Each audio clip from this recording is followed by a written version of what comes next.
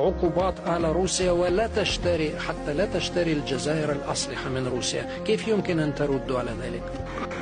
أرد على ذلك بكلمة واحدة، أن الجزائريين ولدوا أحرار وسيبقوا أحرار في قرارهم وفي تصرفاتهم.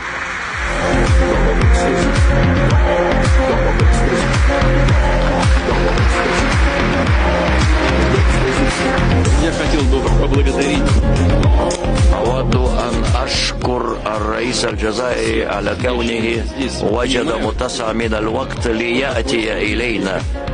الكل من الحضور يفهمون ما معنى الوصول إلى موسكو والانضمام إلينا في هذا المنتدى. إنه يستعرض بذلك فخامة الرئيس الجزائري كونه زعيما وكونه يحترم مصالحه الوطنية ومصالحنا جميعا. نحن لدينا علاقات ودية قديمة. الجزائر، نحن نحب الشعب الجزائري.